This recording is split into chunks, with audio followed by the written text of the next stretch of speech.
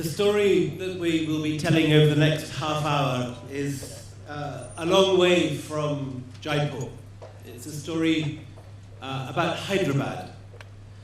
And I'm going to open by perhaps an unlikely angle on Hyderabad. I'm going to read to you a letter I was given, written in 1984 by Jackie Kennedy Onassis. Jackie was then working as a publisher with Doubleday. And in '84 there was the huge India exhibition at the Metropolitan Museum of Art in New York. And Jackie, in her publishing incarnation, came to India to help research the catalogue for it, as well as publish an extraordinary book called Second Paradise by a young art historian called Naveen Patnaik, now has a second career, I believe.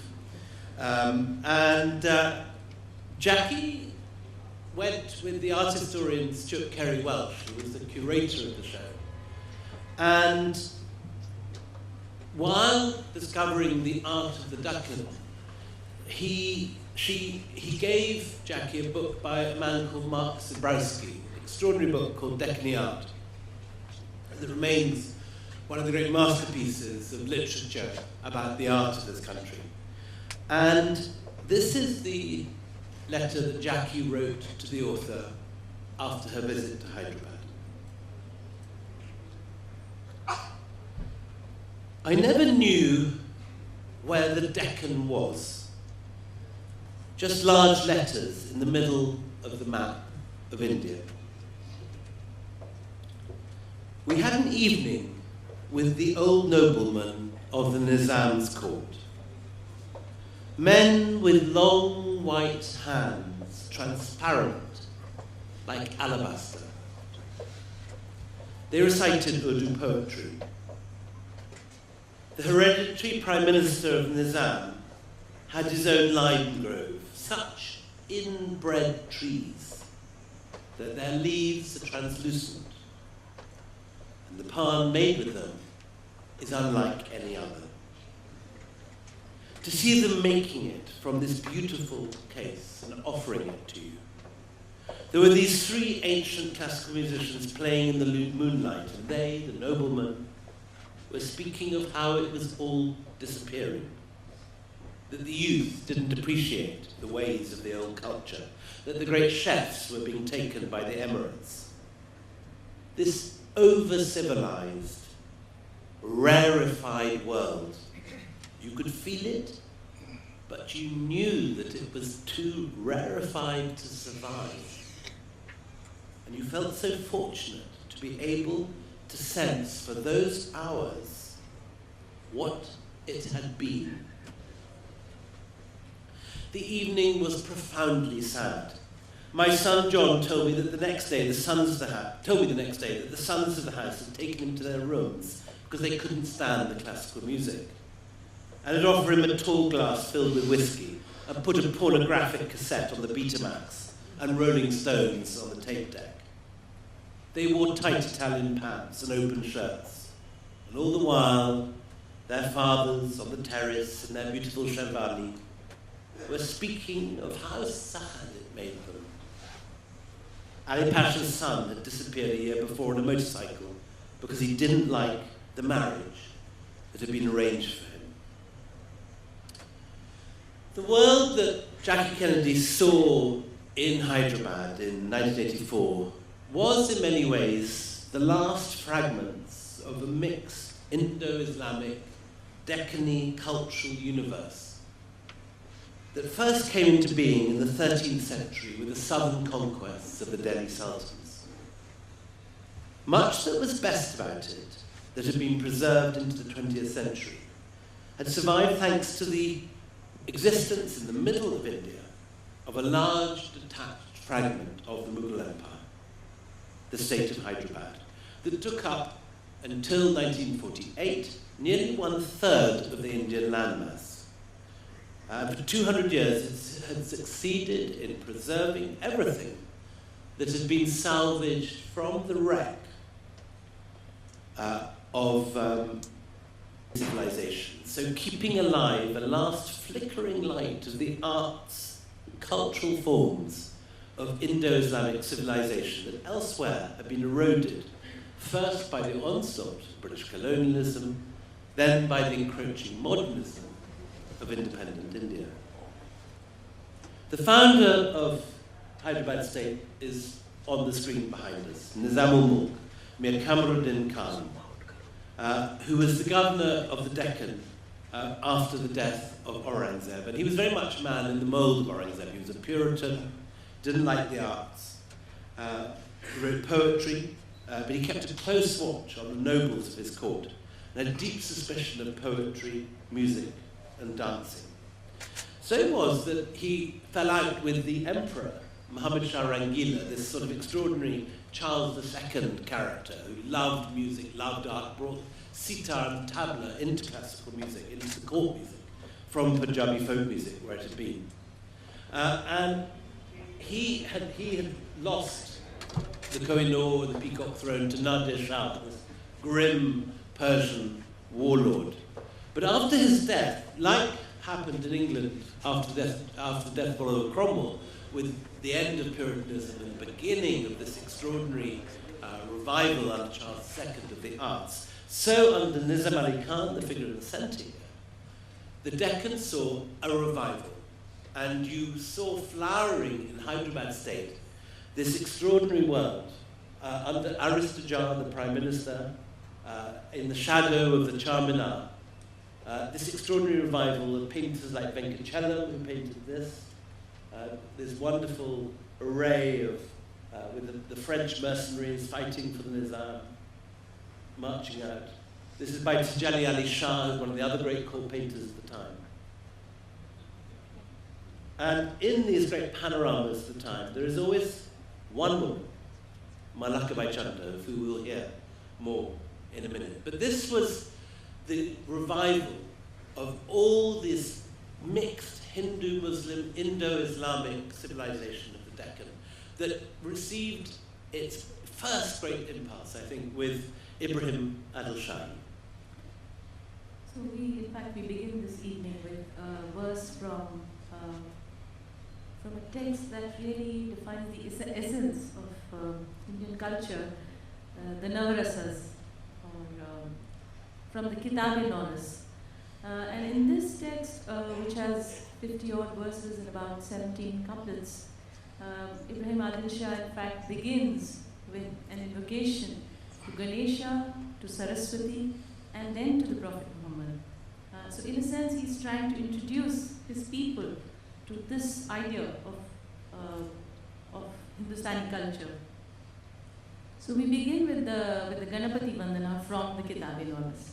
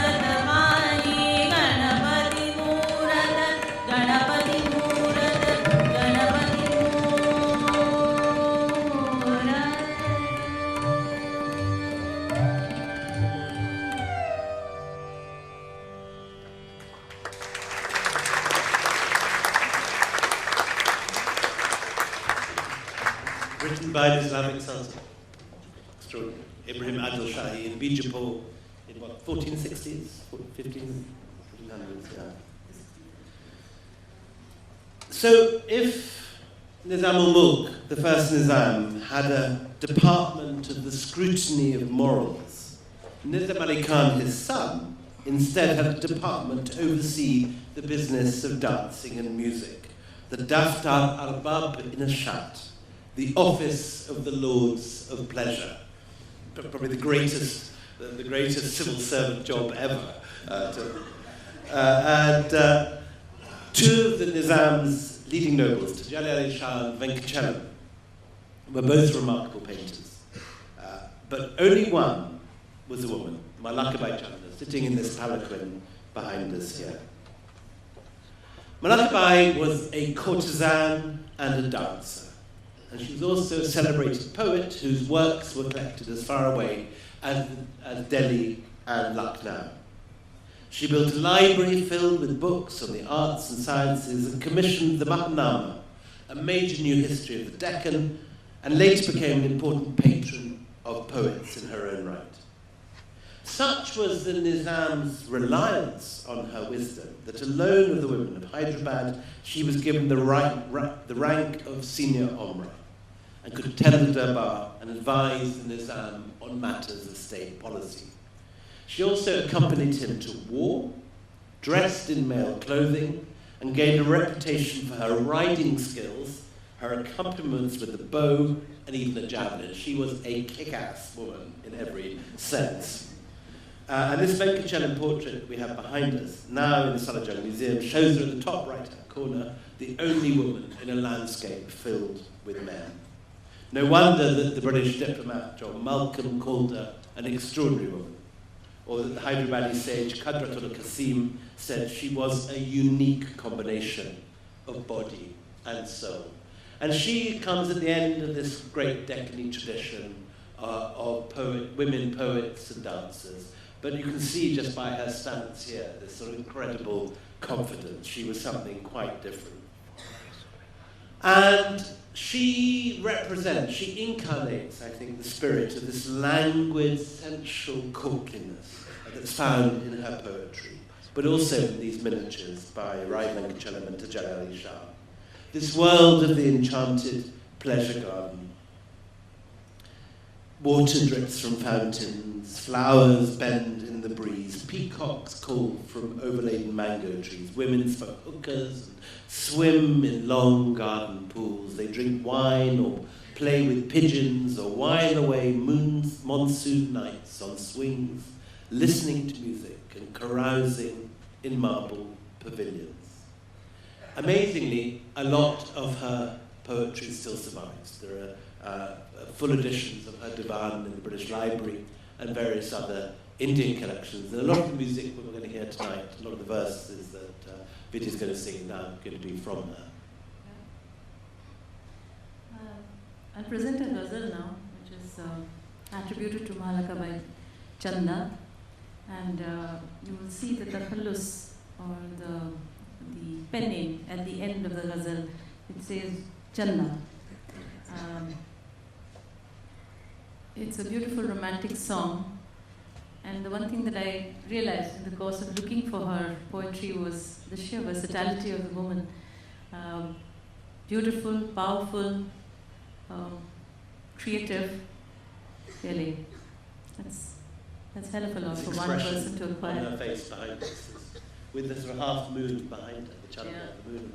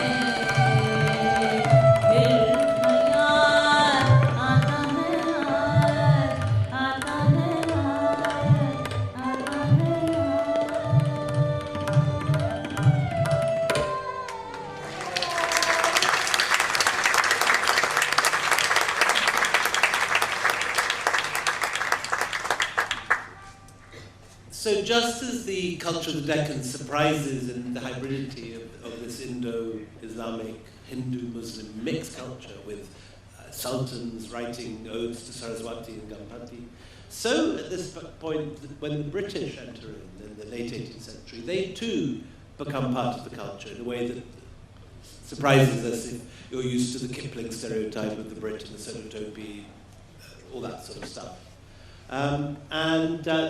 A lot of the reason that a lot of Mah Laqa Bai's poetry survives is it was collected by British patrons of Urdu poetry and found its way eventually into the British Library in London.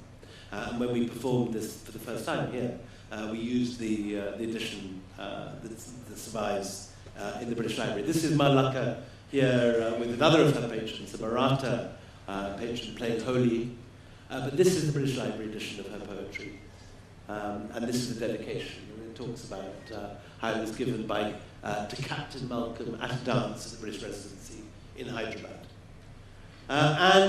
This world of the languid pleasure garden, these wonderful Venkachalam pictures, was one that appealed equally to anyone that came into it, whether they were Portuguese or Dutch, or in the figure of this sort of movie star figure that arrived in the court of Hyderabad in 1798, this extraordinary figure, James Achilles Kirkpatrick. And the story of the story of White Mughals revolves around his love affair with this woman, Khairuunisa, who was an Iranian beauty from her grandfather came from Shusta in Iran and settled in Hyderabad. And the two fell in love and created diplomatic havoc because Kirkpatrick, the ambassador, got the Nizam's niece pregnant. This was not what ambassadors are meant to do, even in the age of Trump. And Kirkpatrick, in the course of this, converted to Islam, began wearing Deccan dress, and effectively became a double agent working for the Hyderabadis against his own master, Lord Wellesley, the elder brother of the Duke of Wellington. But he was not alone.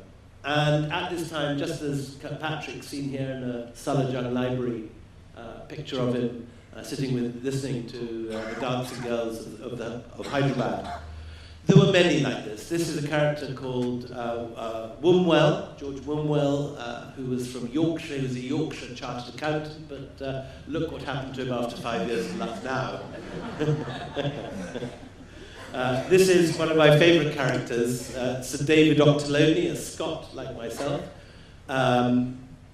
who went as a child to New York, fought on the losing side at the Revolution, fled to Canada, moved to India, and never left. Spent the whole of his adult life in India. By the time he arrived as the British resident in Delhi, you can see him here in 1805 enjoying another evening of dance and poetry with some of Vidya's predecessors here entertaining him. He had no less than 13 Indian wives, each of whom had her own elephant. And every evening they would do this great procession out of the British Residency, do a loop around the Red Fort, in return for an evening of terrific partying like this. And my favourite bit of the picture is, if you look at the top, there's all the outraged Scottish ancestors peering down from the portrait rail, wondering what's happened to Ur Devi after a few years. And here he is in his fab India kurta with a eunuch behind him, all dressed up and ready to go. And this is his seal. His Mughal title was Nazir-ud-Dawla. The town of Nazirabad in Rajasthan is named after him. No one realizes today that Nazirabad is actually named after a Scot who lived in New York. And the kind of measure of the weirdness of this period, this is the tomb he built for his senior wife, Mubarak Begum, which he named Mubarak Bagh after her. And if you look carefully at the roof, you have in the middle a dome based on Brunelleschi's dome in Florence. It copies the shape of the great Florentine dome with a cross on top, but around it is this sort of Mughal confection of minarets. It's the only building in the world, as far as I know, which has the cross and the minaret on a single building, and very suitable for a Scotsman married to a Mughal noblewoman. And you see at this time all these characters. This is Octoloni's successor, Seaton, writing Urdu poetry here in a top hat. And This is William Fraser, Octoloni's assistant. This is the picture painted of him in Edinburgh before he left Scotland, this snotty aristocrat, my wife's direct ancestor. Look what happens when he arrives in Calcutta.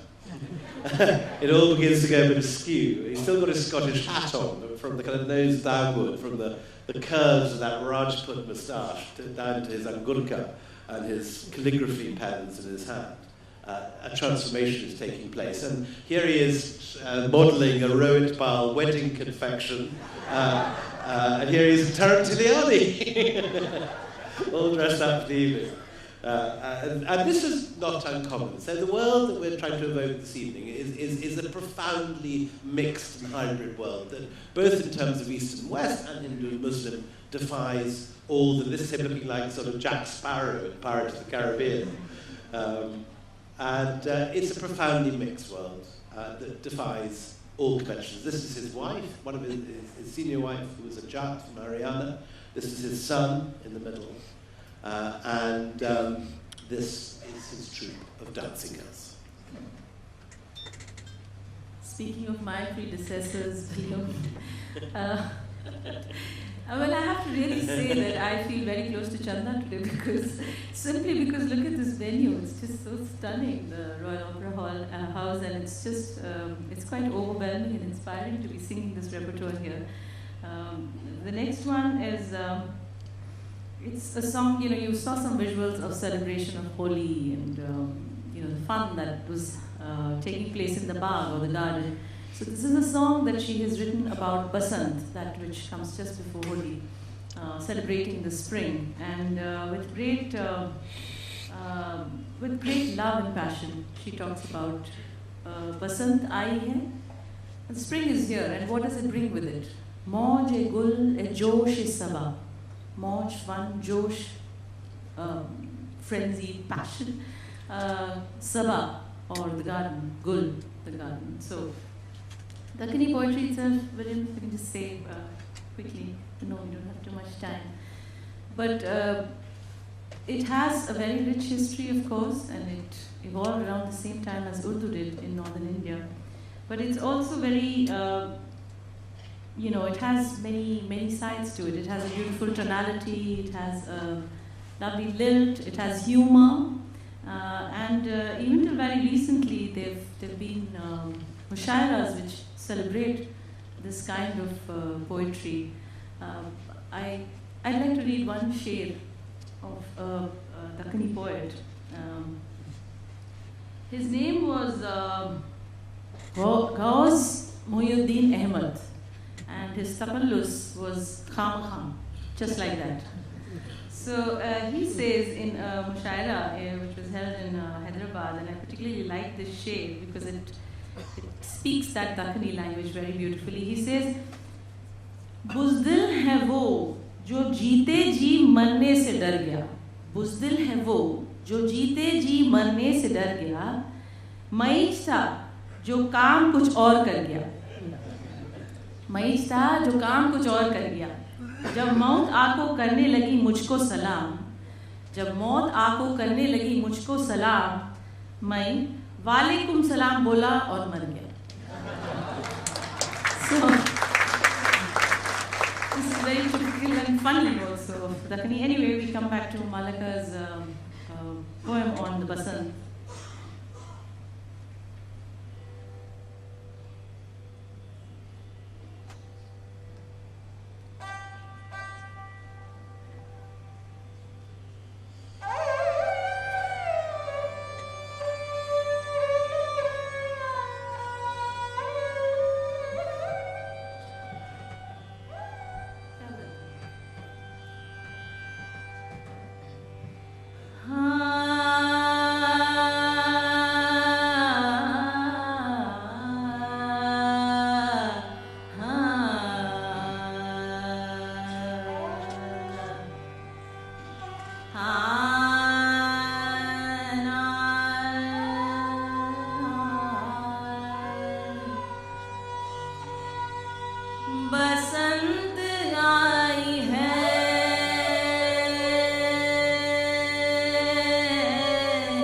Basant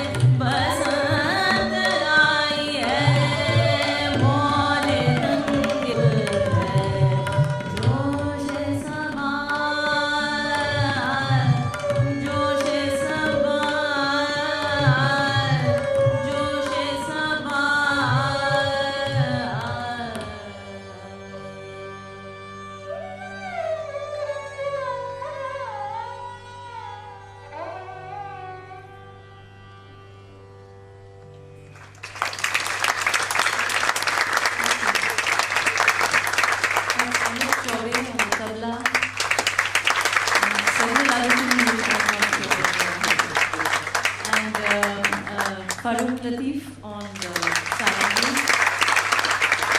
Both are Mumbaikars, delighted to sort of bring Delhi and Bombay together finally on something. We have Farouk's sarangi behind us. We played the figure on the far right. Yeah. So many marriages between Brits and Indians at this period. In the 1780s, if you look at the wills, 1 in 3 Brits is leaving everything to an Indian wife or an Anglo-Indian child. It's a huge degree of intermarriage. This is the Palmer family. William Palmer, who was Lord Hastings' military secretary and personal assistant, with his wife, Faiz Begum, and all her sister and their household. The most well-documented of these mixed marriages is James Achilles Kirkpatrick, seen 10 years later from that first picture, looking slightly more gnarled, but still sort of ruggedly handsome. And this is in 1799, as a contemporary Hyderabad chronicle put it, when the story of their amours became public, a general sensation took place. The relations of the Begum were naturally very furious, and for a time the life of the lovers was in danger, but their passion for one another was not of a character as could be restrained by fear or disappointment. Every obstacle thrown in their way only seemed to make it stronger and stronger. And this couple persevered, and despite censure by the Governor-General, Lord Wellesley, despite inquiries being taken into the whole question of how he managed to get her pregnant, and she was in the Zanana, locked away, and he was meant to be running the diplomatic show in Hyderabad. His diplomatic success, his success at the court, the fondness from Nizam for him, kept him in place. And his great triumph in 1798 was when the Nizam dismissed his French regiment. Monsieur Raymond was poisoned probably and died, and the French regiment was disbanded. And they had two children, brought up as Shia, Persian-speaking Hyderabadi Muslims, Saab Alam and Saab Begum. And these two kids grew up in this extraordinary mixed world. By day, this is Lord Wellesley looking disapprovingly on. By day, the Nizam built for Kirkpatrick the extraordinary residency in Hyderabad, which still survives as the Osmania Women's College, an incredible building, which we just managed to raise $1 million for to have restored. And behind this was a second house, behind this very British, classical, Palladian, East India Company building that's exactly the same shape and date as the White House in Washington, incidentally. And you can see the similarity here. This is not the White House, this is Kirkpatrick's residency, with the East India Company arms above it. Behind this, all this magnificence, was a second building, the Hindustani house, the Rang Mahal, which is where Khairuunisa lived with the children. And it had murals painted by Venkachalam. And by day, Kirkpatrick was wearing his red coat, being a diplomat. By night, he was wearing his good pajamas and living with Khairuunisa. But idyls like this tend not to last forever. The children got sent off to England to protect them against the racism of the time, to learn English. And Kirkpatrick went to Calcutta to brief the Governor-General, and there he became ill with a terrible fever and died at the age of only 35, leaving Khairuunisa, a widow, aged only 21, alone in the Rang Mahal.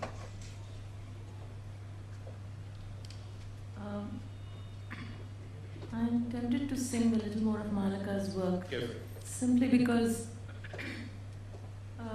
more than 200 years ago that she had such a versatile approach to writing poetry, and she tried different kinds of writing as well. So although we're talking about a relatively sad phase in what was happening at the residency, I want to present one poem which actually is like a doha, like you must have all heard of Kabir's dohas.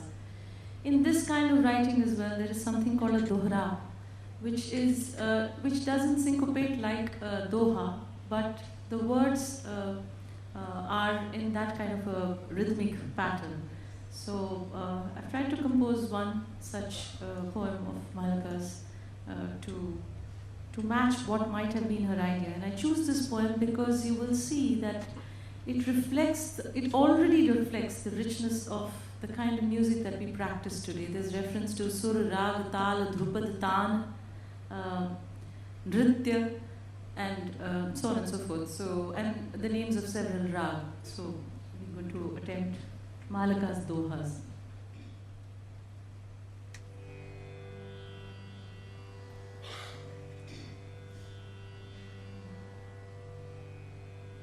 Sur ek rag ek taal ek sur ek rag ek taal ek sur ek rag ek taal ek.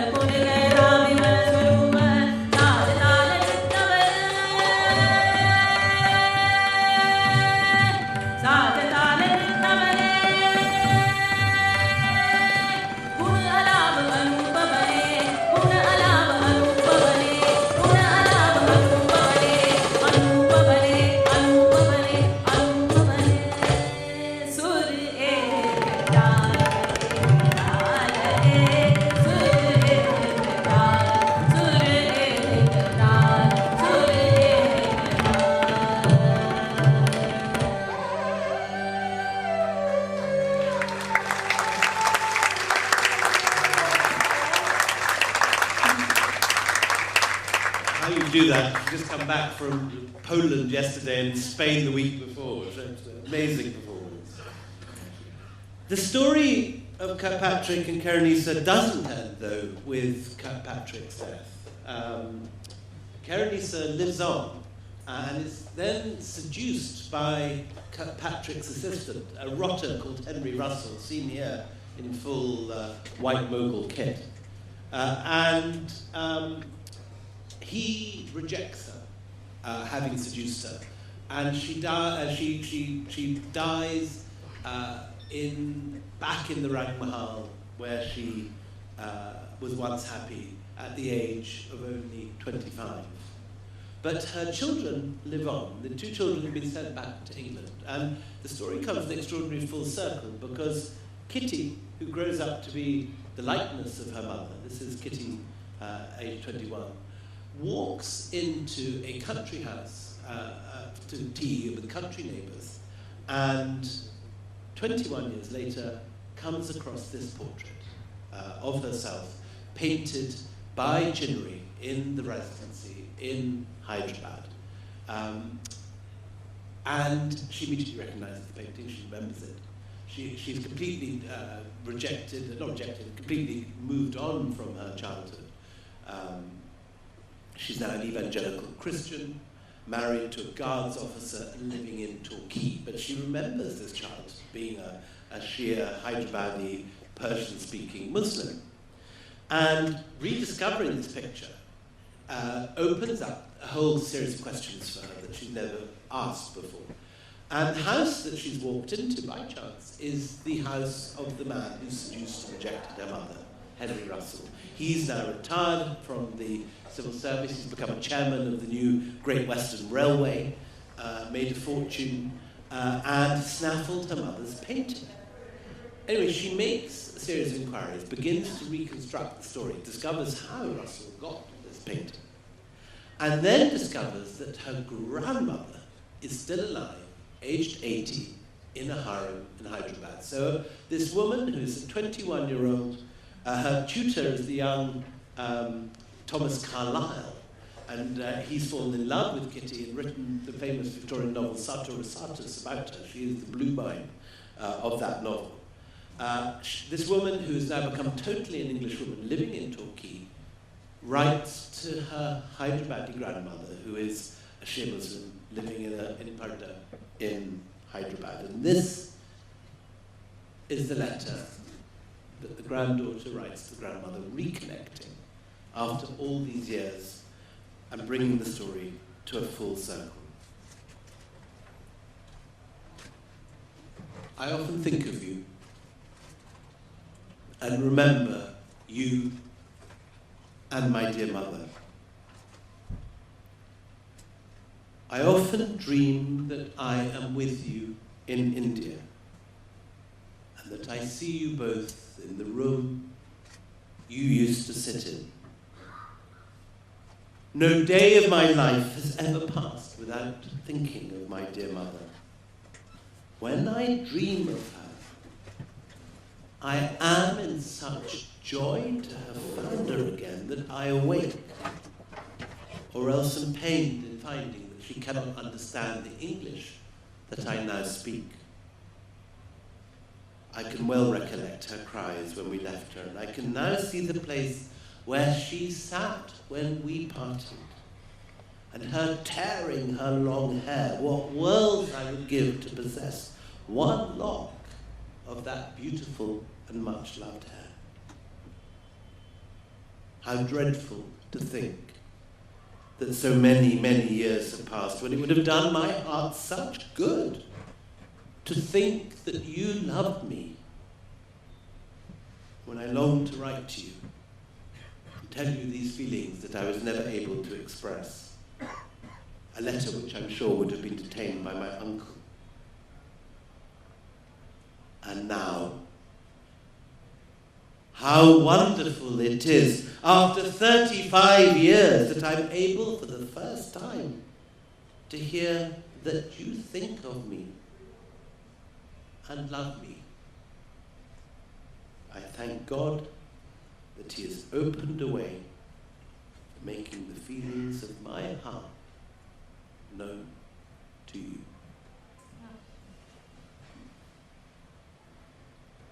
I choose to end tonight with a poem written by a Hyderabadi poet, an Urdu poet from early 20th century, Muhyiddin. This song, I think it resonates what William just shared with us through that letter. It has the melancholy and the pathos that we just so eloquently heard right now. So this is for the Nawab sitting right next to me.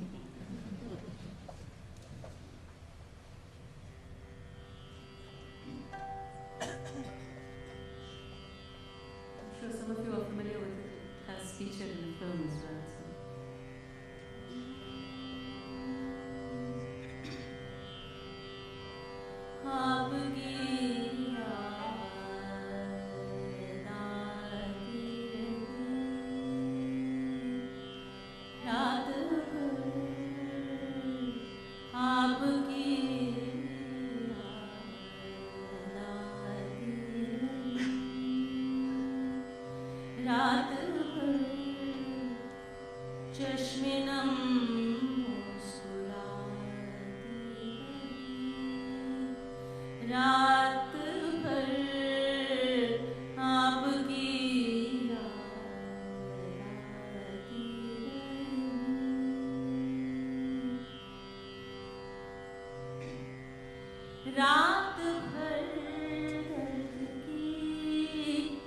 So.